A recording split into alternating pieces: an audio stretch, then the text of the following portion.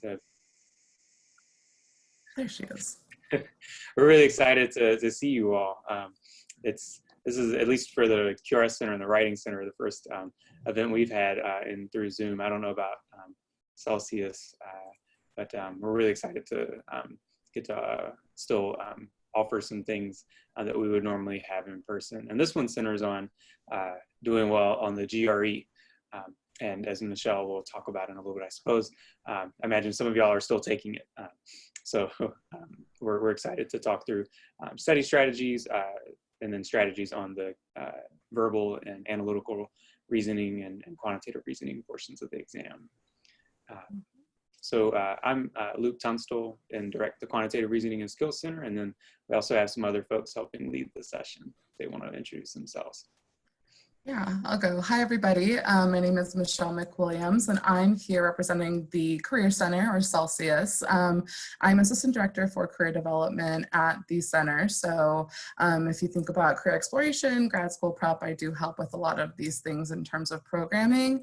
And I do want to apologize in advance. I have a very needy dog that might, show up, and then I have a neighbor upstairs who is writing a mixtape. So there may be some interesting sounds, but I'll do what I can to minimize that distraction through this process. Surprise Easter eggs. Hello, everybody. I'm not sure, I can't see you all at once, so I don't know if I know any of you. My name is Jennifer Rowe. I'm the Writing Center Director and or Director of Tutoring Programs, and I'm excited to see you here. We're thankful to Career Services for organizing this every year. And my name is Becca Burt, and I'm the academic coach in the Tiger Learning Commons. So excited to chat with y'all about some different strategies we can use to prepare as you get closer to the exam. I want to echo Michelle. I have a cat that has been in some kind of mood this afternoon. So if she is running around in the background with a hair tie, I apologize. I don't know where she got it from. So we're just going to roll with it as it comes. But see a couple familiar names in the chat. So excited to see y'all this afternoon. Nice. So, and speaking of the chat, I think it's perfectly reasonable if folks want to ask questions that way. We'll also have some time for questions at the end. So we'll go ahead and get started. So Michelle's going to talk a little bit about the GRE more generally, especially during this unprecedented time. Then we'll talk about strategies for success from Becca, from Jenny, and then I'll chat a little bit as well. And then at the end, we'll mention some resources that are available to you or that you might consider purchasing, although most of them are free. And then we'll have time for Q&A. But again, feel free to ask questions throughout. Awesome. So we can go ahead and get started and talk about the admissions landscape. So I'm assuming that most of you in here are attending because you are considering graduate school after graduation, you're in the process of preparing for the GRE, or you might just be in your first year thinking about, okay, is grad school an option for me? And if so, I know the GRE is something that I might need, or I've heard about it. What is it? And that's why you're joining us this afternoon. So I want to talk a little bit about the landscape and just kind of what you can expect in terms of admissions to grad programs when it comes to the GREs. So we know that, of course, getting good grades is really important when you're in your undergrad, but it takes a lot more than that to be successful when you're in graduate school, especially depending on the field of study or your course of discipline that you're choosing to pursue after graduation. And grades are a reasonable indicator of a person's abilities academically, but they're not the only indicator, right? We know that grad school to be successful requires a lot more than just getting good grades. And that's where the GRE comes into play, right? So I also understand that there's some anxiety surrounding that, right? Knowing that there's another test after I took the SAT or the ACT that I have to take, and it's going to be a little bit harder. So we'll talk about that a little bit more in a little bit, or in a few slides, I should say. But what I wanted to focus on is how important those GRE skills, scores are when you're applying to specific programs, because you're going to hear a lot of people saying, well, this is what a good GRE score is, and this is what you need to get into the specific program. And yes, that is true, depending on your field of study or course of discipline. For example, your quantitative reasoning section or your score might play a more important role if you're pursuing the STEM fields, right? And that's how admissions committees are going to evaluate you, but that's not the only way that they're going to evaluate you. And that's really important to remember when you are studying and preparing for the GRE. Essentially, the purpose of the GRE is to provide an objective indicator of your academic aptitudes, right? And how successful you'll be in school, in grad school, because we know that different systems exist and procedures exist and standards exist depending on your institution, depending on your academic department, your faculty, the way that they teach. Those all differentiate between people, and so your grades aren't going to be the same across the board. So the GRE, the rationale behind it is that it provides a level playing field, and that everyone's going to write the same test, everyone's going to get scored the same way, and therefore we get evaluated the same way within an academic admissions process, right? But also it's important to remember that when you're getting your application materials together, your GRE isn't the only thing that you're submitting, right? There's personal statements, there's interviews, there's extracurriculars, and of course your academic performance. So the GRE is just one part of that, and it's important to make sure that you have a strong application across the board and knowing that the GRE is just one part of it. So if you can, Luke, go to the next slide, please. Thank you. So with all of that being said, a few weeks ago, our lives were just kind of upended, and we're now facing this national or this worldwide pandemic that's COVID-19, right? So there's probably a lot of questions of what does taking the GRE look like, and what does this mean for my admissions, considering that we can't go anywhere, we're stuck here at home right now, right? So at the end of this presentation, there's going to be some resources, and the ETS website is linked at the end of this presentation for you guys to stay updated. But as of yesterday, and probably earlier this month, ETS has moved all of the computer-based testing to at-home testing, which can be great. I think sometimes going into a cold, dark testing center can just kind of be a little bit stress-inducing already when you're taking such an important test. But also there's all types of different distractions that come with being at home. Obviously, Becca's cat, my dog, my neighbor, right? And trying to take such an important exam can also be a little bit stressful, but it's important to know that you do have that option to take it at home. And also it is going to be proctored the same way that it would be, well, I guess virtually, through remote live proctors, as well as through ProctorU, which is artificial intelligence, and it's the leading technology when it comes to proctoring exams through remote options, right? So it's important to remember that. Also, if you've already registered for the GRE, ETS is waiving the rescheduling fee. So if you need to reschedule, please make sure to reach out to them and see if you can get that fee waived so that you're not paying more than you need to for the exam. And additionally, if you need accommodations for the exam, those are still honored at home as well. There's just a form that you have to submit for that. So please keep that in mind as you continue to study and prepare for the exam. So with that being said, we wanted to also recognize that, again, there's a lot of anxiety and a lot of stress that can come with studying for this exam, even when we're not dealing with a pandemic, right? But we also, as I'm sure many people have told you, recognize that during this pandemic, it's important to take care of you and to kind of monitor and recognize the feelings that you might be feeling surrounding all types of things that are happening in your life, but especially when it comes to studying for the GRE. So it's important, I think, when you're studying for the GRE to kind of drown out the extra noise, and if you can, ignore those people that are telling you this is what a good score is, this is what matters, right? Because while programs do provide average scores for their admissions, right, based off of who applied, who was admitted, those are all scores and factored into that average. That's not an indicator of how you as an individual will perform and your aptitude when it comes to graduate school, right? So try not to let those numbers stress you out too much, because that'll be even harder when it comes to setting goals for yourself as you're studying. I like to say, you know, that joke, how do you eat an elephant? bit by bit or piece by piece, right? That's exactly how you tackle something this large when it comes to studying. Set small, attainable goals for yourself. If you know that you can only study a couple of hours a day, you know that you're giving yourself a couple of months to study for the exam between now and June or July, give yourself a few hours a day, right, to study for it, because if that's all you can give, as long as they're effective and quality, doing some quality studying during that time, you'll retain the information a lot more. And I also think it's important to recognize the days that maybe studying won't happen, even if it's on your schedule, because, you know, life happens, or you woke up one day in a funk, or just, you know, things are going on, you're extra stressed that day or extra anxious that day. It's okay if you put that studying off until the next day or until later in the morning, right? Whatever works for you, and just be gracious towards yourself as you're studying for the exam, because you don't want to beat yourself up too badly, because then you'll get down in a rut with that. So that's all I have to say about that. I don't know if anyone else has anything else to kind of add to that sentiment or anything like that, but yeah.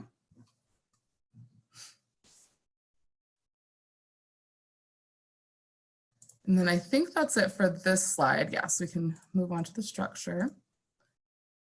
So this is just like the basic structure that you'll see on the sections for your GRE. I don't know if Luke, you want to go into a little bit more about it, but this is what you'll find in terms of whether or not it's scored, how long you'll have for each of these sections, your essays, your verbal, your math, your break that you'll have in there. And again, this is all, if you're taking it at home, you'll have this exact same structure for your testing at home, and that proctor will remind you of the time limits and all that good stuff from there.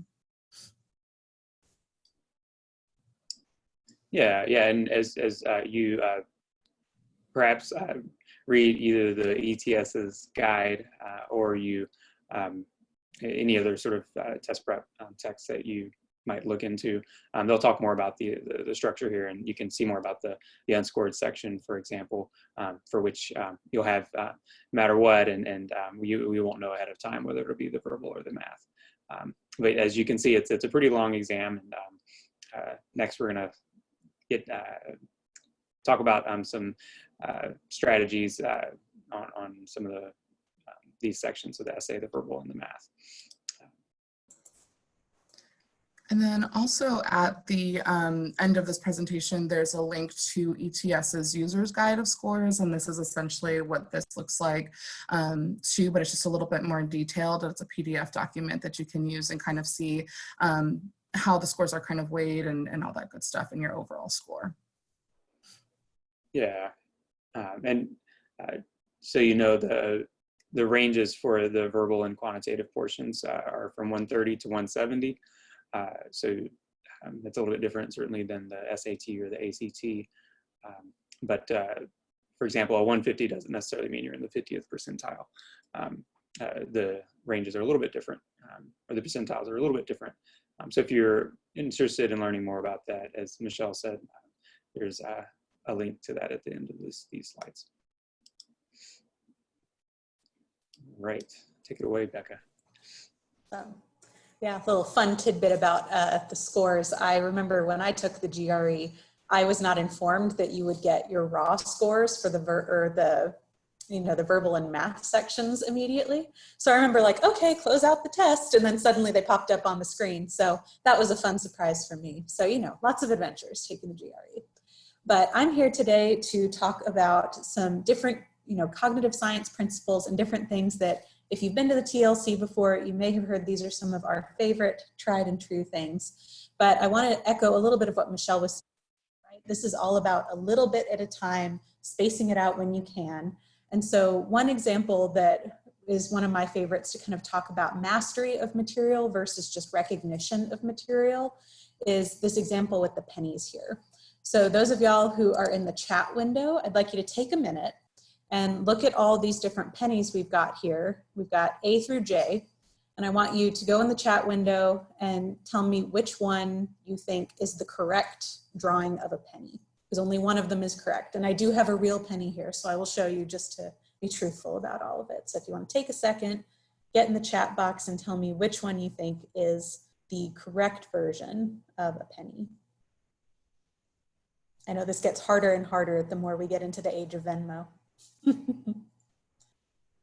Let's see, looks like we've got an I, another I, a G,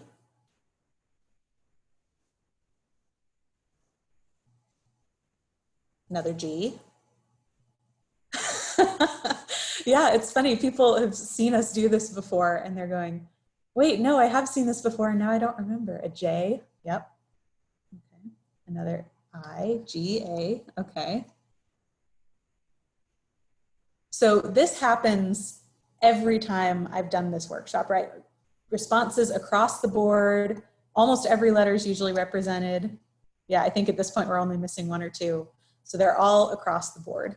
And the correct answer, we did have someone get it correct today, so shout out to you. I don't know if it's Anna or Anna, but good job. It is A. So I don't know how clear my camera will show this, but A is the correct version. So the whole reason we do this exercise is because familiarity with a penny, you know, many of y'all have probably interacted with change many times in your life, at the very least in grade school, where you know, learned how many quarters and dimes make a dollar and things like that. So this is something you've seen probably many, many times in your life. I know it may be less and less relevant as we get more into credit and debit and Venmo and Cash App and all of those things, but this is something you've seen many times in your life, but it's not something you've totally mastered. When asked to say, okay, I need you to identify the correct one, not even drawing yourself and saying, okay, do it from memory, what does a penny look like? But this was just an identification. A lot of y'all still had a tough time with it, right? It's like, okay, which way is he facing? I know that text is on the penny, but is it on the front or the back, right? So the idea here is that you are very familiar with the concept of a penny, but you have not mastered it. So if you're still in the chat box, who are some people you think might be masters of pennies that have seen it many times, would know the subtle differences, would know what's going on? Who are some people that might be, yeah, coin collectors, that's a great one. They would know exactly what they're looking for. Bankers, perhaps, wanting to spot counterfeit money. Collectors, yep. Bank tellers. Yeah, those are a lot of the responses we usually get. Maybe someone who works in the mint. So lots of different ways that people may or may not be as familiar with that as others. So the idea here is that we want y'all to be masters of content when you are studying for any test, not just the GRE. Right, so it's not that recognition of material, but true understanding of concepts at a deeper level. So if Luke, you will go ahead and switch to the next slide. Thank you. One of the, you know, our favorite books in the TLC, which is actually available as a PDF on the library website. So I know lots of y'all, you know, just have tons of time right now and nothing to do, and you're just looking for stuff to do at home. Maybe once finals are over, if you're looking for some fun reading material. This is actually, you know, when I say fun material, I am serious. This is one of my favorite books we read from grad school. It's by a psychologist and a novelist, so they make it more accessible. So it's not a heavy read or one you really have to slog through. It's really accessible content, and there's lots of great stories that kind of, you know, they show you how all of this material works in the real world. So Make It Stick, The Science of Successful Learning, talks of lots of different principles behind cognitive science, but the three things that we think are most important in the TLC when it comes to long-term memory, retention of material, and mastery of material is desirable difficulty, which comes into play in three different ways. So there's this myth that learning is supposed to be really easy, right? Like, you know, it's just supposed to come to me naturally, and if it doesn't, you know, I'm not good at it, when that's really not true at all. A lot of our best learning actually happens when we're really being asked to kind of stretch our brains and work a little bit harder as we kind of grapple with material. So, you know, just kind of passively viewing things, you know, rereading textbooks, it's really not going to be the most helpful in terms of, you know, how you're going to get through this content. So in order to make things desirably difficult, so, you know, there is a difference there, right? Things that are stretching you in a good way versus being stuck in a rut and not really knowing where to go. If you're feeling more stuck, let's reevaluate some things. But for that good kind of stretching of your brain, retrieval practice, spacing, and interleaving are going to be the three things that we want y'all to really focus on. So for those of y'all who maybe have been in the TLC before or have heard me talk about one of these things, does anyone want to give me a quick kind of synopsis of any of those three concepts? Is anyone familiar with any of them? Or if you'd just like to take a guess, say, okay, based on what those words sound like, what do I think it means? You can do it in the chat box, or if you wanted to unmute your mic, we can do it that way too.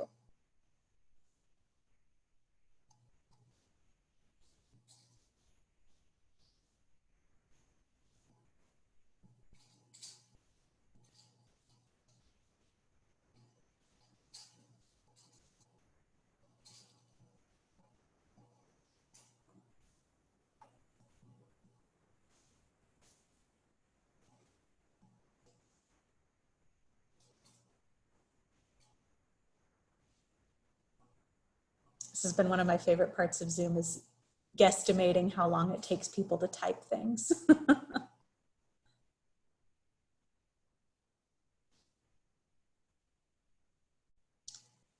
Well, in case, oh, let's see, there we go. I knew someone was talking. Okay, perfect, excellent, Maggie. Retrieval practice involves testing yourself on the material. You hit the nail on the head right there. So retrieval practice, I want you to think of that as you are retrieving information from your brain, right? Our brains are made up of all of these different neural networks, and we're constantly making and remaking connections, right? So this is what we hope y'all are doing in this liberal arts education, is, you know, bridging things across disciplines and seeing, oh, I'm seeing how something from one of my classes connects to something in a totally different area, right? So in all of these networks that we've got going on in our brains, information is in here somewhere, right? So the practice of retrieval is making those pathways and connections stronger, so that when we are quizzing ourselves or testing ourselves, as you said, that is the form of saying, okay, I know I have heard this before, it's in here somewhere. Can I bring it back from memory? So flashcards can be a great way to do this, right? When you're actually using them as you're supposed to, right? So rather than, you know, okay, I looked on one side of the flashcard, but I'm not really sure, so I'll just flip it. You know, we want you to give yourselves a really good sense of, okay, I'm going to try really hard and see, what do I think this means? I'm going to test myself on it. So putting yourself in as similar a situation to a real test as possible, right? So getting things wrong when you're quizzing yourselves is absolutely okay, right? The important thing is that you're checking and saying, okay, what did I get right? What did I get wrong? And that oftentimes helps us see, okay, this part of content I'm feeling pretty solid about, versus this area where, okay, maybe I need to spend a little bit more time. Yeah, so great job, Maggie. It does involve testing yourself on the material. So that is retrieval practice, retrieving information from your brain, right? And then I will go ahead and talk about spacing and interleaving. So these things work together really well. Spacing is a lot of what it sounds like, right? You are spacing out material over time, just as Michelle was saying earlier. So it will shock you to know that cramming is not the most effective way of preparing for the GRE or any exam, really, right? The more times you have with material to engage with it more than once and over a period of time, the better you're learning it, right? You're telling your brain, hey, we're coming back to this. We're doing this again, remember? Hey, we did that on Monday and now it's Wednesday. We're gonna come back and do it again. Every time you're signaling to your brain, we're doing this again, we're practicing this concept and reinforcing it over and over, your brain goes, oh, okay, it's important. I see that we're gonna keep doing this. So that's why seeing things more than once is better for that long-term retention than, you know, trying to cram, you know, the weekend before the GRE, right?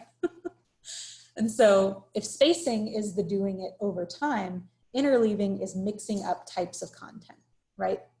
So the GRE does this kind of just in the format of the exam, right? You're doing some writing first, but then you don't know the order of, you know, are you doing quantitative next? Are you doing verbal next? So it's mixing up that content. You're not just doing one long block of one thing and then one long block of another thing. So studying this way is helpful too. So, you know, as you're dividing up what you're doing over time, not just saying, okay, this is one really solid day of math, you know, I'm going to do this for like a week at a time and then I'll switch. If you can do little pieces of both math and the verbal each day, that's going to be more helpful in the long run, because it's, you know, more of that desirable difficulty that we were talking about. So when students are trying this out, because, you know, I recommend this with their classes too, right? You know, okay, do some bio practice problems, then maybe switch to your English reading. And then if you didn't finish bio, go back to that again, right? a lot of the feedback I get is, you know, it felt really counterintuitive. It felt like I was going a little bit slower, and that's when a lot of our best learning is happening, right? So rather than seeing, you know, okay, I just did one thing, I did it all in one sitting and then I put it away, that kind of feeling of buffering or loading, or, you know, I know I was doing this, where was I? It's a little fuzzy and I'm coming back to it. That's when your brain is going, oh, it's important. Okay, we're going to come back to it again. So, you know, these are all things that you can practice together with each other. So if you're wanting more specific examples or wanting to make a direct plan, I can help you walk through that on an individual basis as well. But in terms of creating a plan, Luke, if you want to switch to the next slide here, we've got kind of an example of, you know, what are some things that y'all need to do in order to create a plan that works best for you, right? So in order to get to where you want to be, whether that's, you know, you've taken a practice test and want to improve, or are just trying to figure out where you want to be in terms of, you know, your own performance on the GRE based on scores you're looking at. This will be figuring out what kind of strategies do you need for types of questions. And so Dr. Tunstall and Professor Rowe will be going a little bit more into that in their slides. Content knowledge, so what do I need to know in order to be successful here? Practice, so I know personally I had not taken a standardized test like this online before. When I took the ACT and SAT, they were on paper, so I had to adjust to using the calculator on a screen, which was very different for me. So practicing to see, okay, what am I doing well here? How am I timing myself? What do I do with these 30 and 35-minute sections I've got? And the most important thing, this applies to your schoolwork now, to GRE prep, is a realistic plan. So a realistic plan is not, I'm going to study for the entire GRE the weekend before. It is also not, I'm going to study for 4 hours every day, all the time, right? We want realistic goals that you're setting here. Will you be studying for the GRE a ton during finals? Maybe if that's your procrastination tool, but you know, you might have different priorities depending on what's going on.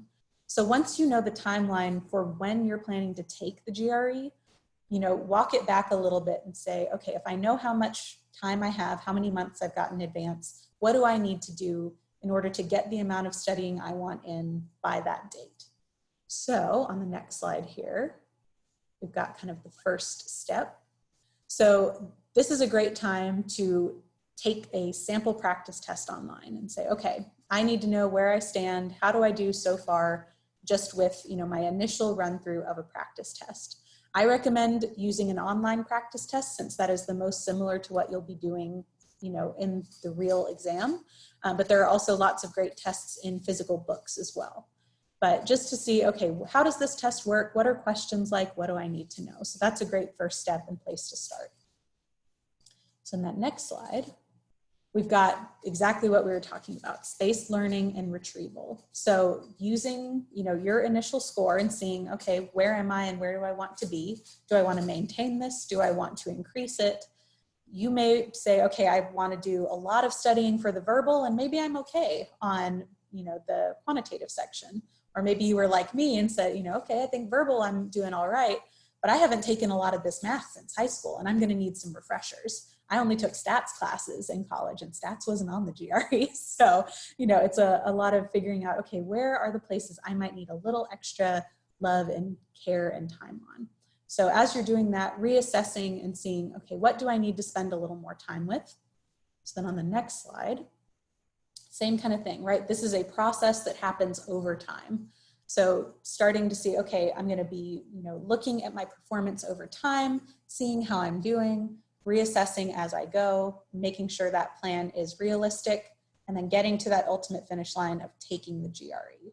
So in terms of, you know, your unique situation, you know, maybe, you know, GRE prep is your summer kind of goal. Maybe you've got online classes, maybe you have work. You know, there's lots of different things going on since, you know, a lot of our summer plans are still a little bit up in the air. But as you're doing that, you know, I am happy to, you know, work with y'all on figuring out what kind of plan works best for you, what a realistic goal is for your unique situation. So, you know, just because finals end, it doesn't mean I disappear. So I am around all summer working on different things, but, you know, always happy to take student appointments. So if you're wanting to make a specialized schedule that kind of works with what your goals are, I am happy to help you navigate that. So that kind of wraps up some of what I was talking about. So before I hand it off, any questions about any of the content I covered? Anything you have burning questions about in terms of cognitive science?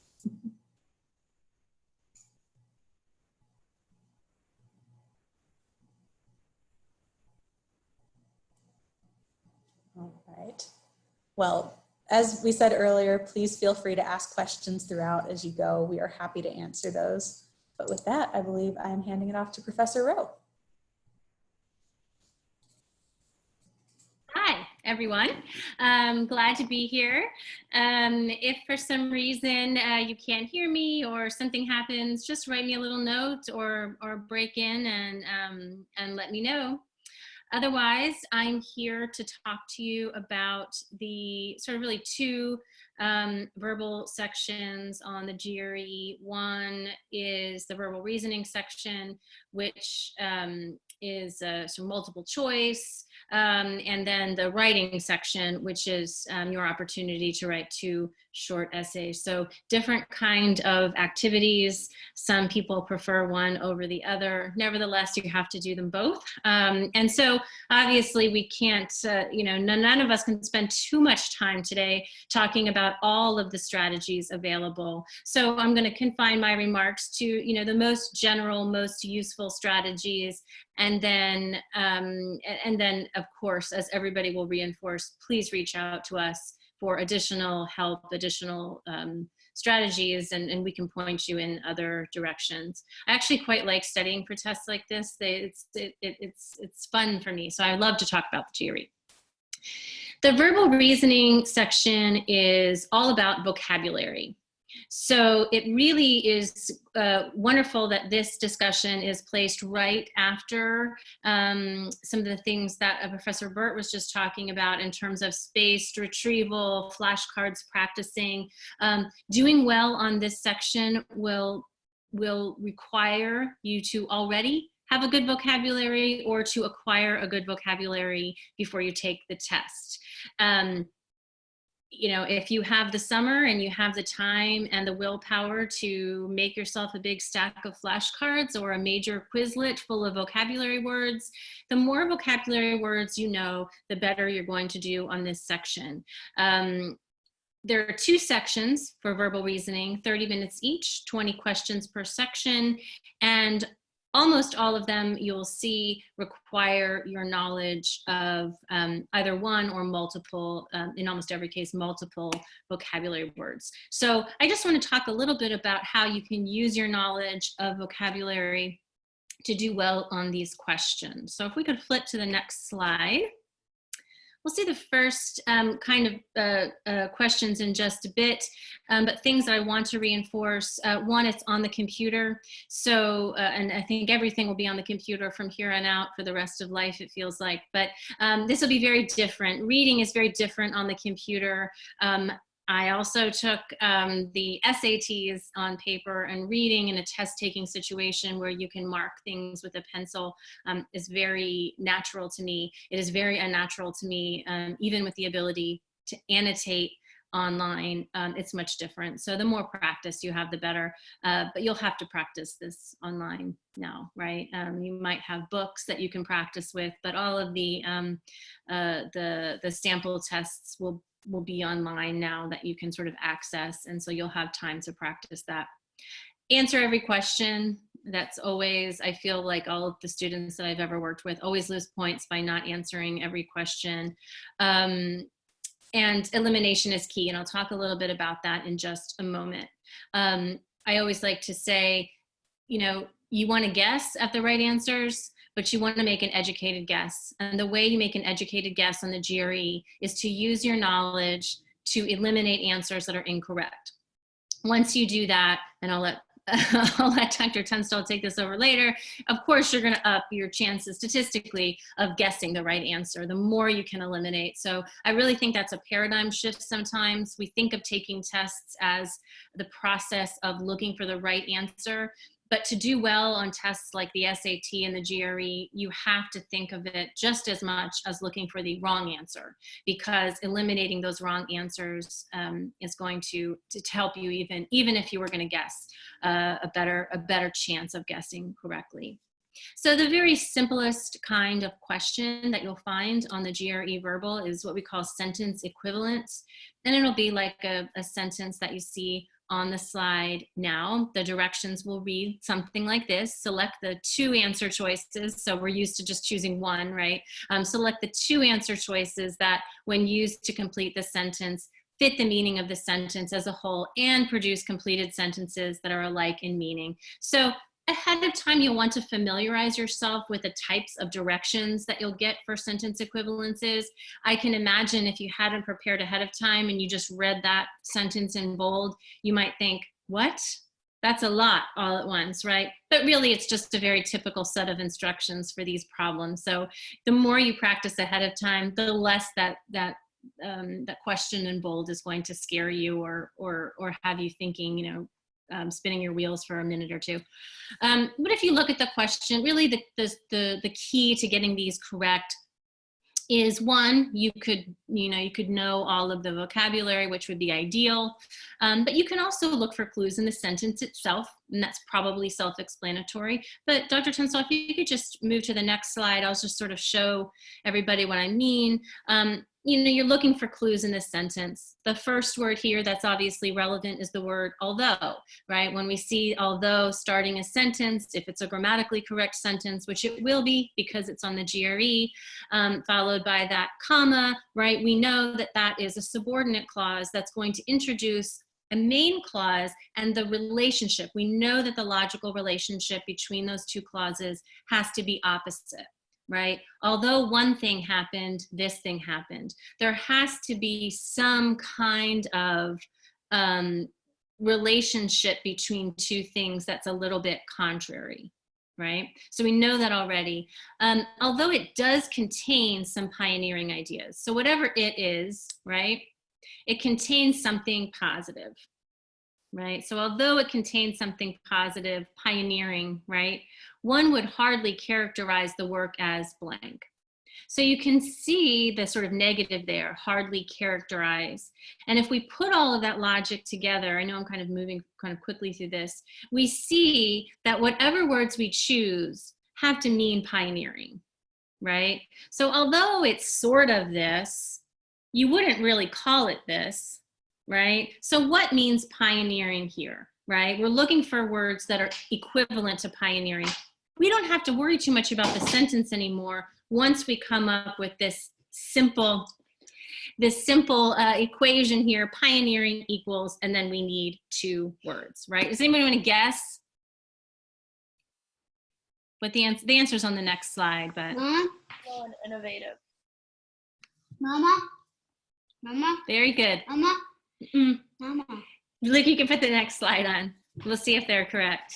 I don't know if I think I have the answer. I didn't have the answers, but yes, you are correct. You are correct. So those are both positive words, right? They're positive. Now, if we wouldn't have had the although there, right? We would have had. I need to tell you something. We would have had to. I need to tell you something. Just Alex, you have to go in your room. I need to tell you something. Sorry, everyone. So you needed the words that mean pioneering there. If we wouldn't have had the although, you would have been looking for words that meant the opposite of pioneering, or in other words, you would have been looking for negative terms. Okay, so same thing here with the text completion questions. So if you just look on the left-hand side of the slide here, it is refreshing to read a book about our planet by an author who does not follow facts to be blank by politics, right? So there you're looking for clues. It's refreshing, it's positive to read a book. So you already know sort of what, you're looking for a word that sort of means the opposite of that. It's refreshing to read a book that is not somehow made negative, right?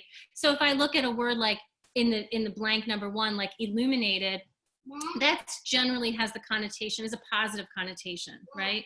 So I'm gonna guess that I really need to tell you something. What? Mama? Look at triangle. Okay. Mama, they won't look at triangle. Sorry. Alex, you have to go into the other room, okay? Mama, you look at triangle is white, It's right before center of the earth. Okay, thanks. There's a little Bermuda Triangle there. Okay. So already, if I'm sort of playing elimination here, I see that that first blank has to be something sort of negative. So I'm already going to, in my mind, cross out C because I don't think I want something positive there, right? So already I've gone from sort of three options, right, down to, well, actually three options down to two options. And then I can keep continuing there. This author does not permit them to blank his comprehensive description. I want something that's negative there, right? So I probably wouldn't choose D, right? And so you sort of, we don't have to go through this whole thing, but you want to sort of go through and look at the clues in the sentences themselves to find the vocabulary. Now, what do you do if you don't know a particular vocabulary word? Here, it's pretty, I can't see that there's any vocabulary that's too difficult, but there will be questions where the blanks, you might not know any of the blanks. And so again, what you really want to do is use logic and use your sense of whether you're looking for a positive or a negative. Does anybody want to go try this one out? I don't think I have the answer to this. I can't see the next slide because it's, does anybody want to guess this? No, it's not.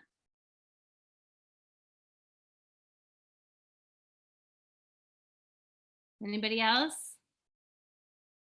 Obscure is a really good word, right, for the second one.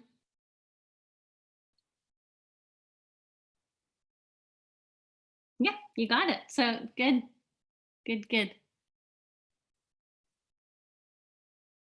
B or E, I is revision of a book about our planet. Find out who does not allow facts to be. Yeah, it's A, E, I. Got that? Yeah, you guys got that. Okay, good. So if you go to the next slide now, I believe this is my big strategy, right? Study vocabulary. The more you know, the more words that you know, the more, even if you don't know all of the words, the more words you know, you're going to be able to eliminate answers based upon the words you know. So let's say you wouldn't have known B, E, or I, right? You didn't know any of those words. If you could have eliminated, A and C and all of the other choices based upon your knowledge, you could have guessed correctly even without knowing the right answer. So again, it comes back to this idea of eliminating is the key to guessing the right answer, right? Because you're not going to know every single right answer, but you're going to know a lot of incorrect answers, and that's going to really increase that probability that you're going to guess correctly. And that is really what, for the verbal section at least, this section really kind of makes the difference between getting a really good score and a great score, is those few points that you get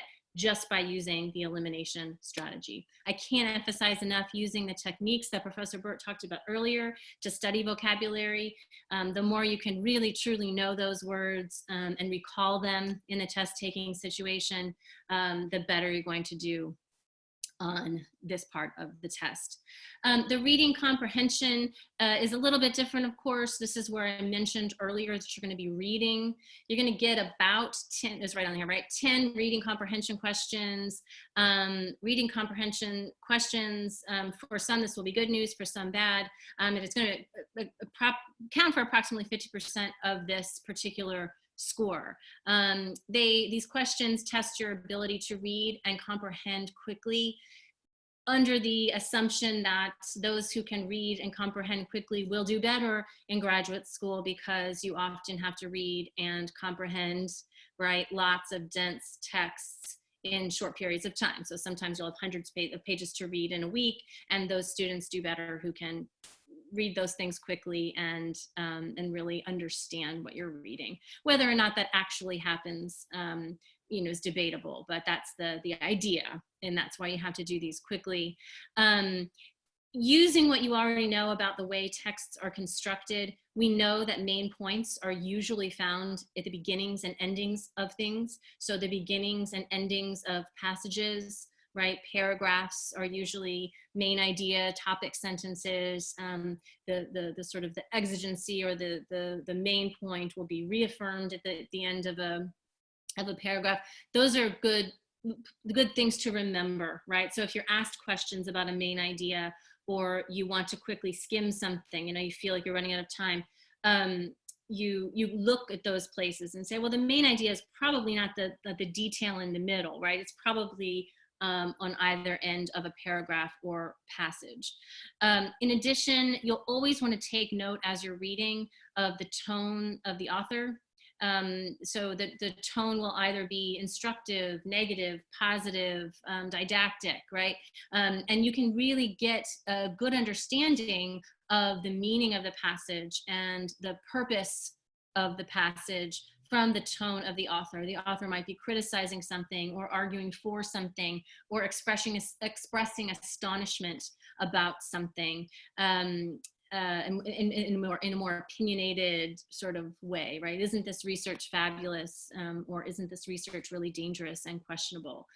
Having an idea of the tone that the author's taking is going to be crucial to answering some of those questions. Luke? Thank you. So a big question I always get right at this moment is, should you read the questions first? And there are going to be a variety of passage lengths. And so it occurs to people who are, fresh off of tests that are heavily content-based, right? Well, wouldn't it be great if I knew the questions first so that I could just look for those things in the passage? And I understand the thinking behind that. I would say, in my experience, there's no reason to argue, there's no reason to insist that reading the questions first or not is the superior way. You will hear people have this argument a lot. I would say, in my own opinion, I don't think it really benefits people to read the questions first. I don't think the passages are really long enough to make that kind of skimming worthwhile. I think that the questions are difficult to remember even as you're reading the passage. So if I had to take all of my experience working with people on this section of the essay or the GREs, I don't think it helps a lot to read the questions first. But if you go on the next slide, it'll just give you some ideas. And I always say, this is how I always end the question.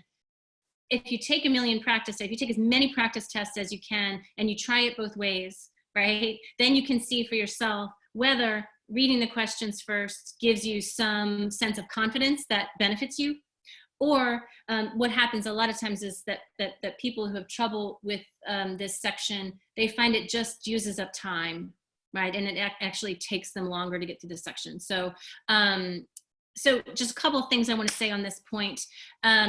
You could read the questions first, right? And then go skim the passage and hopefully kind of retain those questions and be able to sort of put them together. Or you could skim the passage first and then go to the questions. Those are the two approaches, obviously. Either way, so whatever thing that you do, you shouldn't read the passage closely and carefully from beginning to end, because most of the details are not going to matter. And if you get bogged down in the details, then you really are going to run out of time, whether you read the questions first or not. The questions are not, there's not that many questions, right? And there are a million details. So if we try to understand and unpack every single sentence, you're really going to be spending a lot of time on sentences that don't, that there's no payback, right? Because there's going to be no question. So either way, do not get bogged down in details. That's a more important thing to keep in mind than, should I read the questions first? Okay, now my favorite part, the awesome analytical writing section. I will try to be brief here because I think that my best advice is going to be sending you away to do some reading and writing on your own, which I think is the best prep for this section. As you know, if you've taken the GRE or studied for it before, you have 2 essays to write, one called Analyzing an Issue and one called Analyzing an Argument, and you'll have 30 minutes to brainstorm, draft, and write each one. There's nothing that you could do to prepare yourself for this part of the test better than reading what are called the topic pools on the ETS website. There is a pool of issue topics and a pool of argument topics, and they are long and vast and multifaceted. So to, you know, have a slide that really dealt with all of those topics would really be a bad use of time right now. What would be a good use of time is sometime in the future, if you went to those topic pools and read them, and really, if you found one that sort of sounded difficult or you weren't sure what the question was asking, familiarize yourself with those prompts ahead of time, so that when you get one of those prompts, which you will because they give them to you really ahead of time, that you're not scrounging for sort of having to analyze those prompts, right? That you'll say, oh, I remember that one, right? So before you take this section, absolutely familiarize yourself with those topic pools. The link is that in blue right there. We don't have to link there now, but when we give you this slideshow, you can just link. It's just the ETS website. Okay, secondly, and we can go to the next slide. You're going to have two different essays, as I said, and the really important difference between them will determine whether you're going to get a good score or a terrible score. And one of the worst things you can do is to mix up these two types of writing.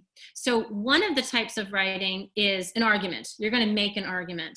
The test takers are going to give you or ask you to come down one way or the other on a particular issue. Let's say, you know, forcing people to use reusable bags at the grocery store or not, right? Should we make this a law, or should we leave people the choice, the opportunity to make that choice for themselves, right? So it's an issue, and you have to come down on the issue, whether you agree or you disagree, you're pro or con, right? What they're testing there is your ability to make an argument, to take a stand, to express your opinion, and to back that opinion up with evidence. That's the skill that you want to demonstrate in the issue question. That's not what they're asking you to do in the analyze an argument question.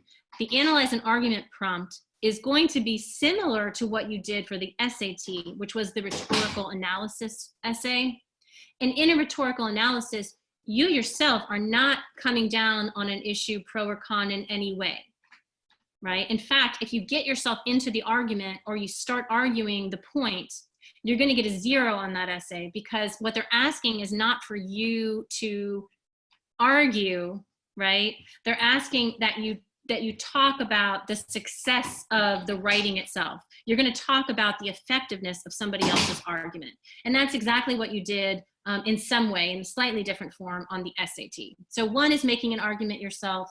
One is making an argument about the effectiveness of somebody else's argument, right? And if you mess up, if you overlap or you cross over in your essays and you don't keep those two tasks separate and discrete, then you're going to get a bad score on those essays. If you keep them discrete, you're going to get a much higher score, because you're demonstrating that you can read a prompt and you understand what they're asking.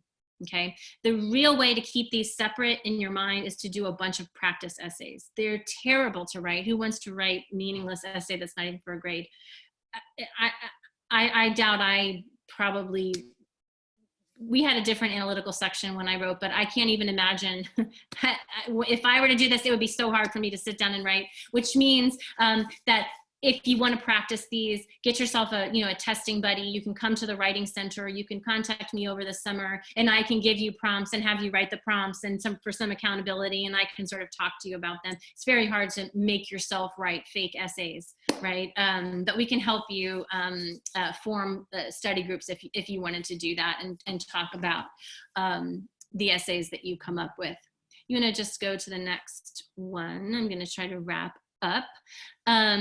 So in both essays, but particularly the analyze an issue essay, you're going to want to have a very strong thesis statement, right, that takes a stand. You want to have concrete details, specific examples, and you're going to want to demonstrate that you can organize an essay clearly. So one of the biggest mistakes I see is the failure to even use paragraphs, intro, conclusion, paragraphs, indents in the body paragraphs, right, which are the visual cues to readers about how your essay is organized. You probably learned somewhere around the 3rd or 4th grade that all paragraphs have topic sentences, right? You got to go back there and bring that to these essays. If you don't even demonstrate the most basic of essay structure here, you're not going to get a particularly good score. So you want to make sure to, have your thesis statement, have topic sentences, and remember that all those sentences within a paragraph should contribute to that topic sentence and to the thesis. And really, these graders aren't going to be looking for very long at your essays at all. And so the clearer you can make those very basic essay components to the reader, the better, and the higher your score. We can go to the next slide. So similarly, with when you're analyzing an argument, you're writing a thesis, but the thesis isn't, do I think we should use plastic bags or not? The thesis is going to be, is this essay effective or not, and why?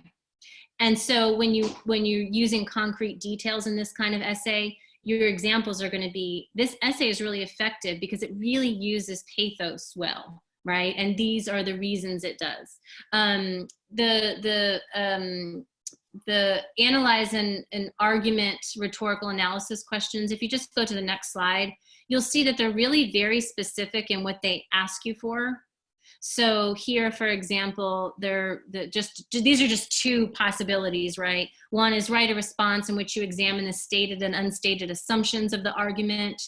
You will have been prepared for that question because you will have read the pools of prompts, right? Be sure to explain how the argument depends on these assumptions, and in which you're really talking about the essay and the quality of the essay and the structure of the essay itself, not the topic of the essay, right? Similarly, if you look at that second one, write a response in which you discuss what questions would need to be answered in order to decide whether the recommendation and the argument on which it is based are reasonable. Again, you're talking about writing there. You're not talking about the issue itself. It's really irrelevant what the issue is. What you really need to be ready to do is to talk about the way a good paper, I mean, you just go back to your FYE class, right? The way that a good paper is, or good argument is designed, with the thesis or the enthymeme, the warrants, the assumptions, the counter arguments, right? The evidence, and those types of things.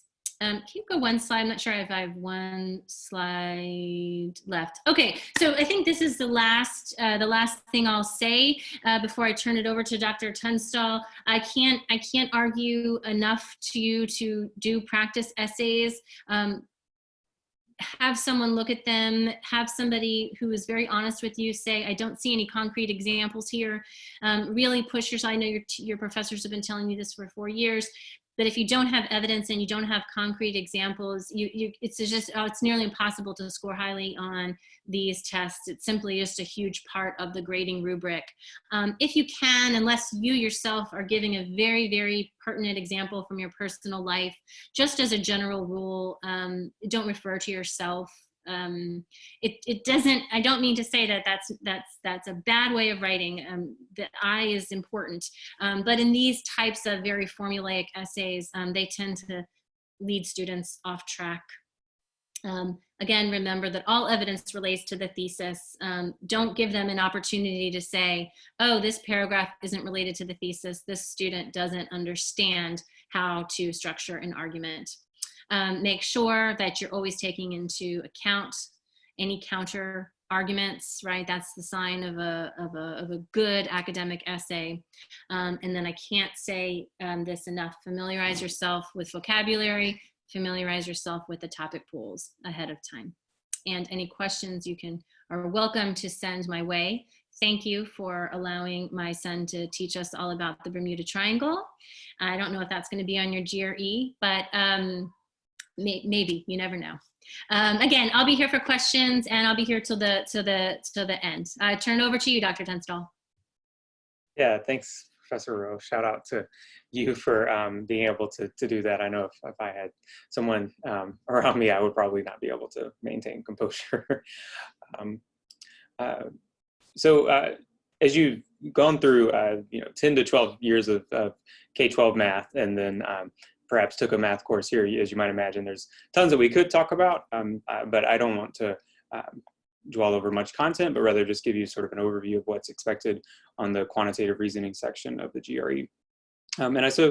Just taking a forced perspective of what to expect, I'd say I would break things into sort of good news and bad news, and I start with the good news, and even the bad news is really, it's all going to be okay too.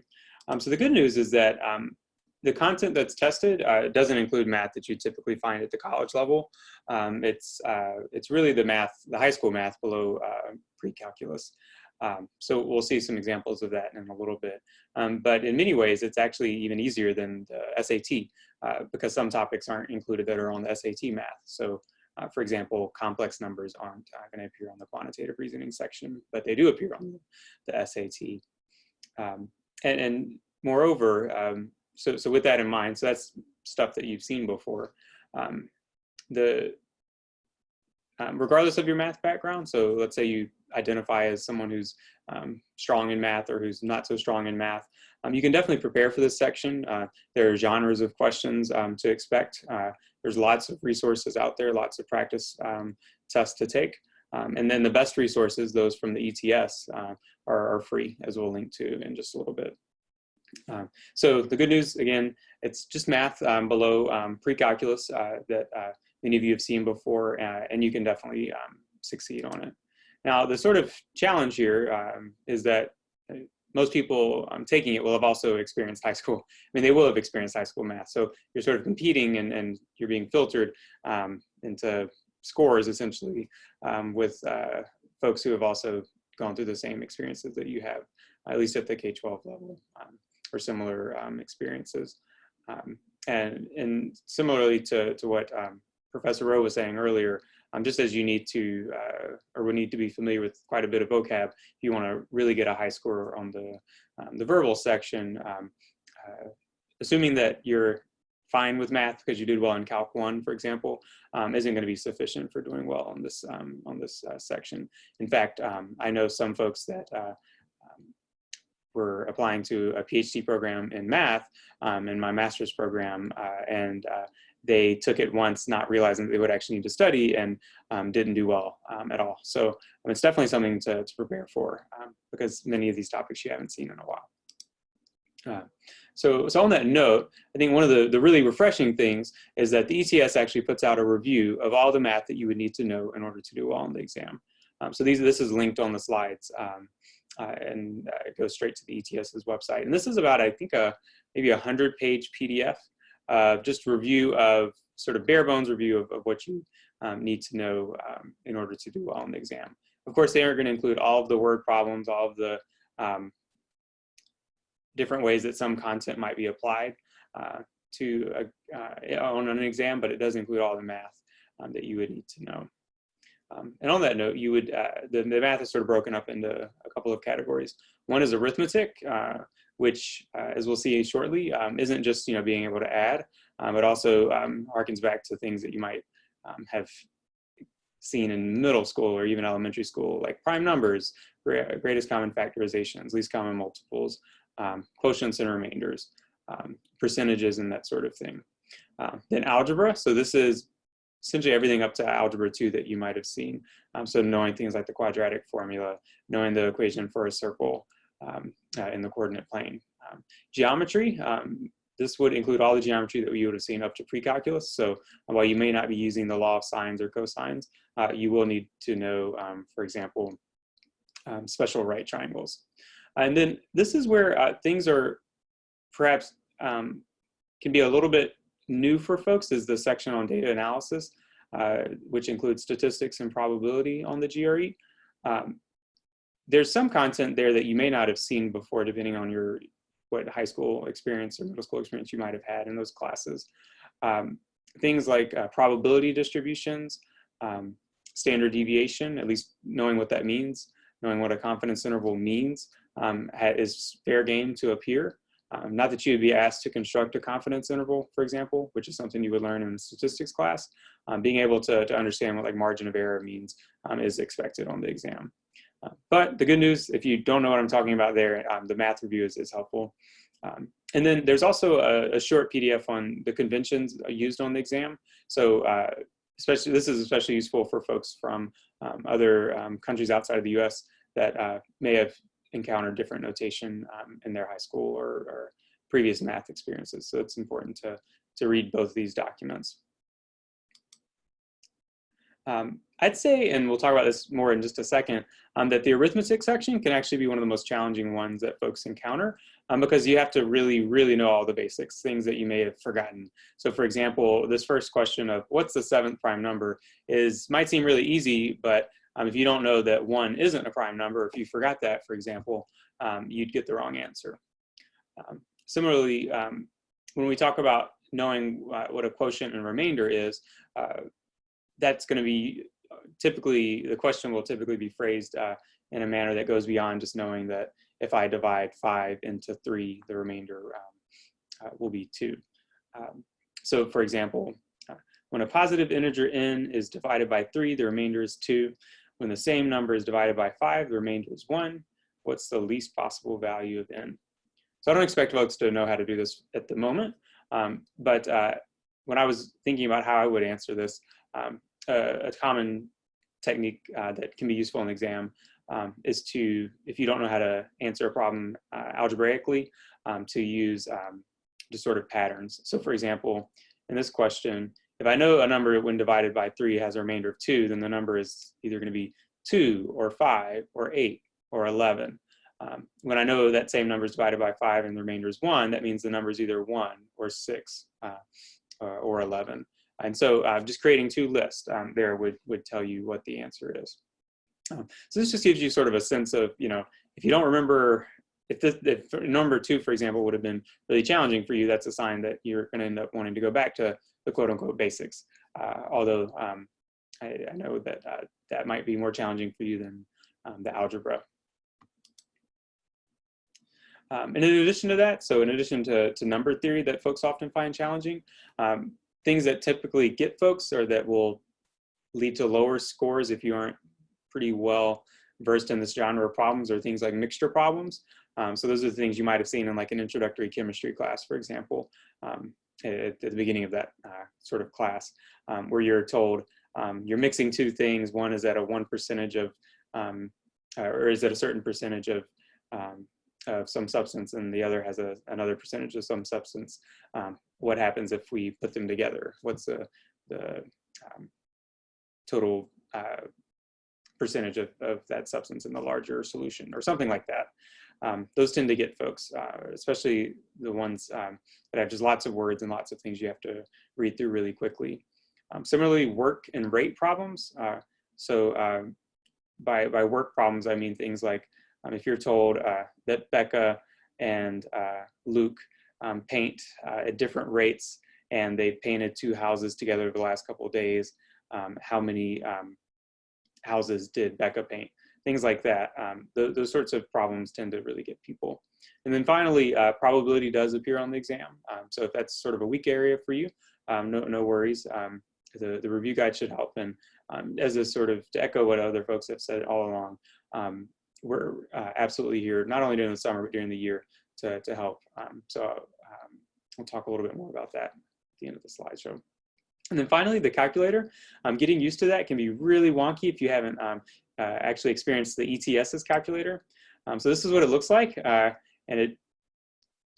personally, it doesn't look like, I don't think it looks like exactly what you'd have on an iPhone, or certainly not a graphing calculator. So being familiar with this ahead of the test day is really important. And the good news is linked here. There are some instructions provided by the ETS on how to use it. These instructions are not provided on the exam day, nor like the actual exam, but this is sort of a blog post really on how to use the ETS's calculator. So I definitely check it out if things like MR, MC, C, and CE don't mean anything to you.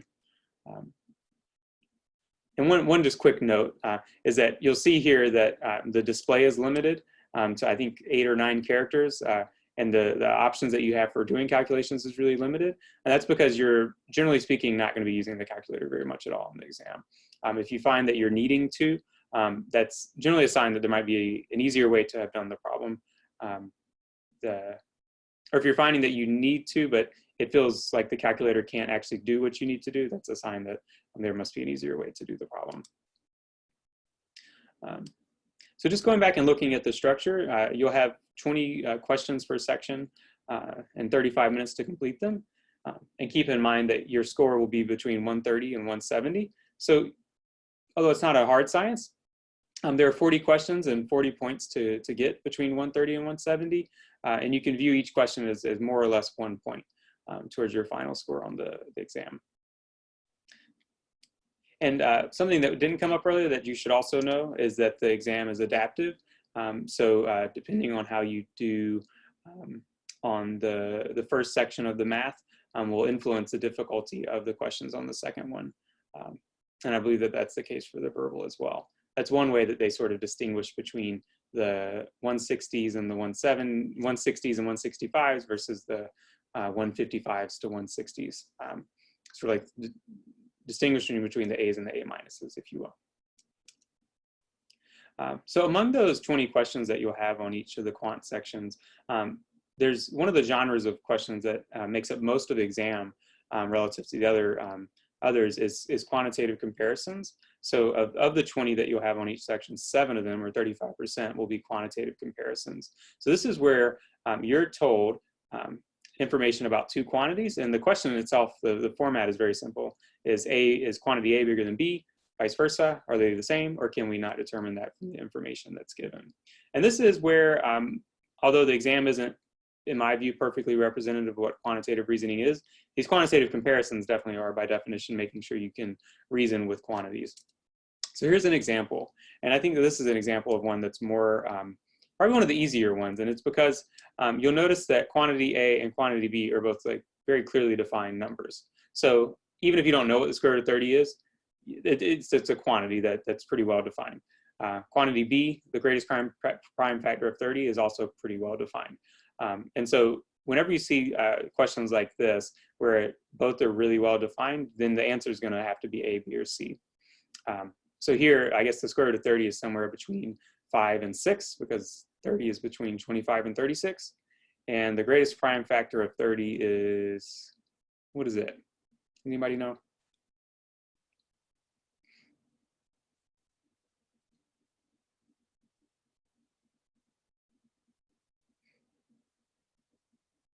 Five, I think so. Yeah. So if you were to list out the factors of 30, you could see that 5 would be the largest one that is prime. Yeah, so 5 is going to be less than a number that's between 5 and 6. So in this case, quantity A is greater. But those are, I would say, a little bit easier than the ones that involve variables. And this is where the quantitative comparisons can get more challenging. But as a genre of problems, the more that you encounter them and see them, and with practice, I think you'll get really good at them. And you can get a high score on this section. So this is an example of one. So you're told information about two distributions, or this, I guess, is two really sets. And quantity A is the mean of distribution A, and quantity B is the mean of distribution B. As you can see, the mean of each distribution appears to vary depending on what your choice of M is. And this is where a strategy comes in that I think is really helpful, which is to, when you're given quantities that involve variables that you can choose what they are, it's not always going to be D, certainly, but I generally think of D until proven otherwise. And a common way of figuring out, well, what should I plug in to see if the answer is actually D, or if it's or if I can actually discern a pattern that quantity A is always greater, quantity B is always greater, is to think about sort of extreme cases. So one is 0, so plugging in a variable of 0 if that's possible, plugging in the number 1, plugging in negative numbers, extreme numbers like plugging in 1,000,000, for example, and then decimals. And what I actually mean by D here in decimals is fractions between 0 and 1, so like 1/3 or 1/2.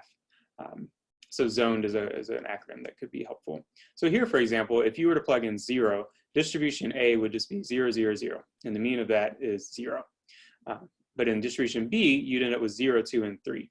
So the mean of that would be 5/3. So in that case, B appears to have a larger mean. However, I mean, I wouldn't just assume that when I plug in 0, that's what's always going to happen. If you were to plug in, let's say, a really large positive number, let's say 200, distribution A would be 200, 400, and then 600. And then distribution B would be 200, 202, and then 203. And so then it appears distribution A has a larger average. And so that gives you an example of how the answer could be D, depending on what value of the variable I plug in. So getting good at those takes time, but it's with practice that you become better at it. And the last strategy I have for this genre of problems, especially the ones involving variables, is to have a hidden relationship marker between the two quantities. So here you have quantity A as x minus y, quantity B is y minus x. Implied in many of these problems is sort of like an equal sign, or but really a question mark, like which one is bigger than the other. And just as with when you're solving equations, you can add things to both sides and maintain the relationship between the two things. In many ways, you can do that here. So for example, in this case, if I wanted to move things to one side, and here I might add y to both sides, and I might add x to both sides. So that means quantity A is equivalent to 2x, quantity B is equivalent to 2y, and then that means quantity A and quantity B could be simplified to just be x is equal to, or x is question mark y. And so that means, well, quantity A is basically equivalent to x and quantity B is equivalent to y. Which one's going to be bigger? And then that's where you have to keep in mind, oh, sometimes there are directions at the beginning saying telling you some information about x and y. So here, if x is positive, then quantity A is going to be bigger than quantity B, because positive number is going to be larger than a negative number. So in that case, you had variables, but you could actually discern a relationship between the two. So the hidden relationship marker is a really important strategy that you can utilize on these problems. So beyond the quantitative comparisons, you also have sort of 10 standalone questions that are more typical to what you'd see on the SAT. So these are going to be your multiple choice questions. Unfortunately, some will be select all that apply. So you might be given a list of like 7 things and have to say which ones are true. And then also numerical entry. So that's actually why you saw on the calculator the transfer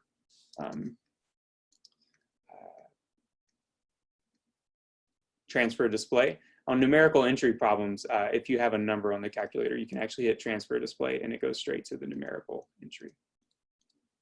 And I'd say that the test tips that I have for those are really all similar to those that you would have for other types of math exams and other standardized math exams. In general, if you find yourself spending a lot of time on a problem, that might be a sign that there's an easier way to do it. So here's an example of that. And this is a common one enough to where you might want to remember this strategy with systems of equations. So oftentimes on standardized tests, if you're given a system of equations, actually solving for the individual variables isn't as quick as trying to look to see if there's a quick way to do it. So for example, here you're asked, what is the value of x minus y given the system of equations? Now you could actually solve for x, solve for y, and then find x minus y. But if the test maker is asking you to find that, it might be easier to see if I can deduce that just given the system in 1 or 2 steps. So here, for example, if you were to subtract equation 2 from equation 1, you'd end up with 4x minus 4y equals 6. And then all you'd have to do is divide by 4 to get x minus y. And so there you have answered the question really quickly without actually having to solve for x and y individually. And then lastly, just as with the reading comprehension section, you might be given a paragraph or an essay and be asked to answer some questions about it. Similarly, you might, or you will for the GRE quant portion, be given some sort of more extended series of graphs and be asked to interpret them. I don't have examples of those offhand. Those tend to be a little bit easier, so didn't want to dwell on those. So I know we're about out of time. I don't know if Michelle wants to jump in here, but I can also speak to this. We have a list of resources that we'd recommend outside of the links that we've already provided on the slides. Yeah. Yeah, so these are just a list of prep resources, and I believe Becca touched on it too. There's a lot of free tests out there, practice tests, resources, and especially now, I believe a lot of places are offering their services for free or at a lower cost. So I definitely recommend taking advantage of that if you can while you're preparing for the GRE. As I mentioned, the COVID-19 updates are linked on there, as is the user's guide to scores. And then of course there's other resources that are more central to you in terms of your faculty, the TLC, recent alumni or people who have taken the test recently. And of course your peers, the peer tutors at the QRS Center, both Dr. Tunstall and the tutors are here to assist you with any portion of the prep and help that you need to do a deeper dive of everything that we just went through over the last hour or so. And the Writing Center, yes. Whoops, sorry to like leave y'all out, my bad. So I guess we wanted to open it up to questions that folks might have. We've been talking a lot. So feel free to ask questions if you have them.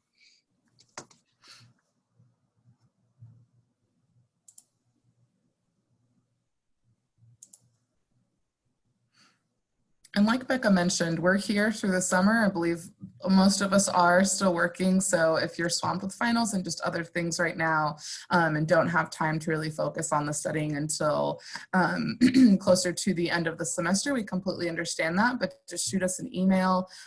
This session is being recorded, so you can always go back and review what we talked about. And yeah, we can, be of any assistance to you that you need.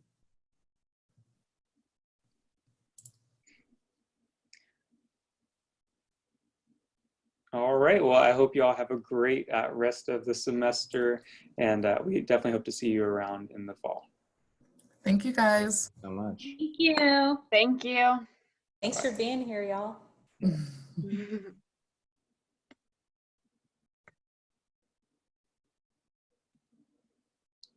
Oh, we lost Michelle. I was going to say thank you to Michelle, but she's gone already. Thank you, guys. Thank y'all. And yeah, kudos to you. I could not have held it together, so good for you. My best. Yeah. Bye-bye. Yeah. Good job, you, for making it through. I'll see you guys tomorrow at 8:30. Okay. Bye. Bye, Becca. Thanks.